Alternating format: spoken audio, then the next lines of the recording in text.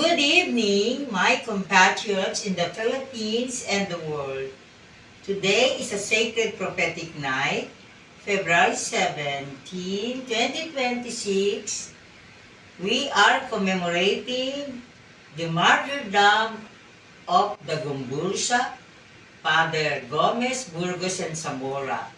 And we are in the blessed home of the Holy Family.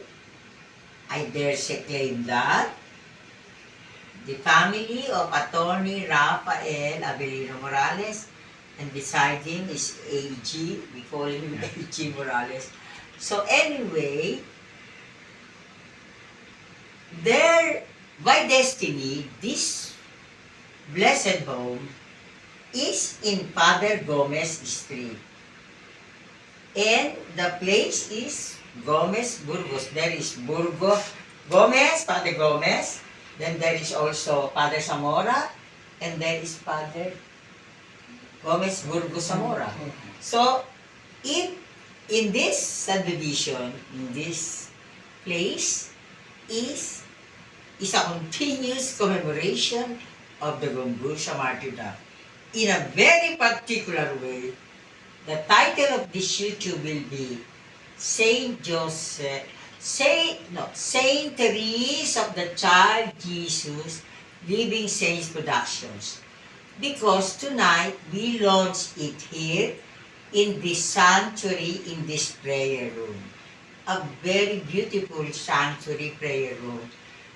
The Saint Therese of the Child Jesus, Living Saints Productions was first launched in Cannes, France, Sacred Prophetic Film Festival venue,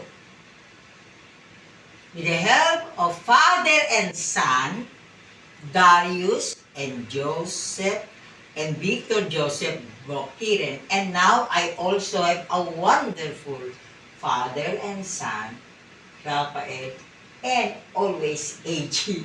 Morales. So anyway, since we launched it in Cannes,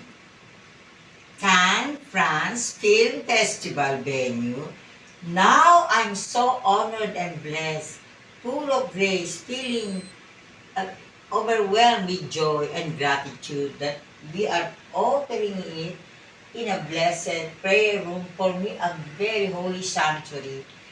We entreat all our Filipino families through this day, commemorating the Gumbursa martyrdom. We entreat you, fellow Filipino families, to pray for the November 2, 2026 Barangay and Sangguniang Kabataang elections.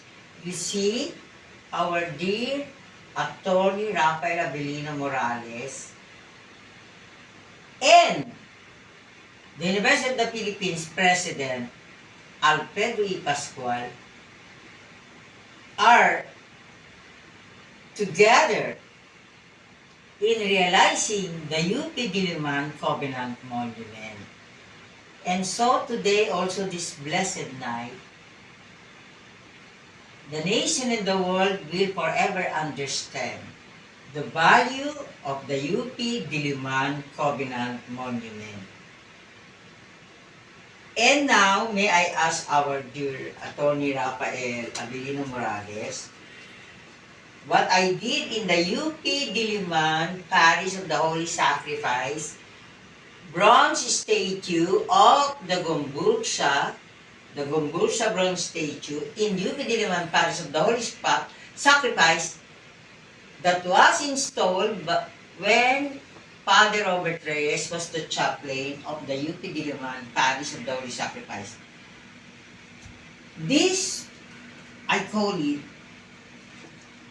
Transfiguration Medal, because the Blessed Mother asked me to buy this, and it was blessed by the priest in Holy Trinity, France, Cloister Chapel of the Carmelites, Lady of Legay, but a according to the Blessed Mother, she would like me to promote her as the Virgin of Light. And so today, we mark this blessed night that, according to Saint Teresa of the Child Jesus, never to light this candle because Saint Teresa of the Child Jesus Living Saints Productions, every Filipino will now be the light, especially as we pray for a grace-filled barangay and Sangguniang Kabataan elections. These are the 3 Transfiguration medals. Tonight, we offer the 3 Father Gomez Burgosan Zamora, and please put it there. As I did it in the UP Diliman Parish of the Holy Sacrifice bronze statue. And now, we did it here. Let me tell you about this Interfaith Virgin of the Globe, Virgin Most Powerful. This was given to me as a gift through the intervention of Saint Teresa of the Child Jesus when I had a grant in America. So, I believe that America will soon be celebrating again their anniversary as a United States of America. So, and this is the Holy Family for our Interfaith St. Joseph Barangay Education for the Golden Filipino Civilization, Prophecy of Dr. Zerizal and Dr. Ferdinand Blumentritt. And this is the statue of Dr. Zerizal given to us by the provincial capital, no? Okay? The National Global Hero. And Attorney Rafael Abelino Morales is the founding president of our Rizal Blumentritt Pamataran Academy. And so now, I've done this.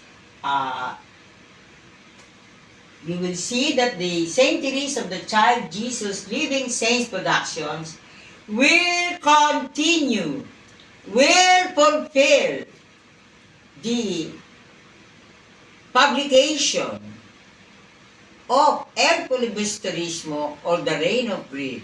I was there in Belgium. Because the reign of greed in El Filibusterismo through Saint Teresa of the Child Jesus, Dr. Zerizal and Dr. Ferdinand Blumentritt, the vision of Saint Teresa of the Child Jesus is Saint Teresa of the Child Jesus Dream and Prayer, called the Philippines Transfiguration Temple for the World. So now,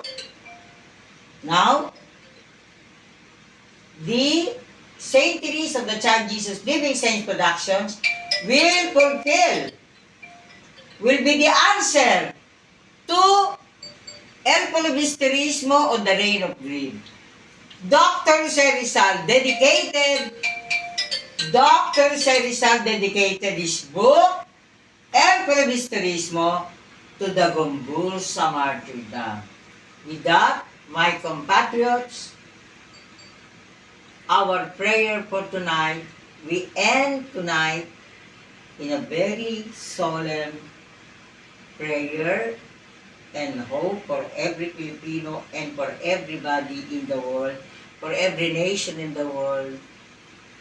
May our prayer tonight be fulfilled. God's merciful love be praised. Amen. O, nakatapos din tayo. Di bali na yan.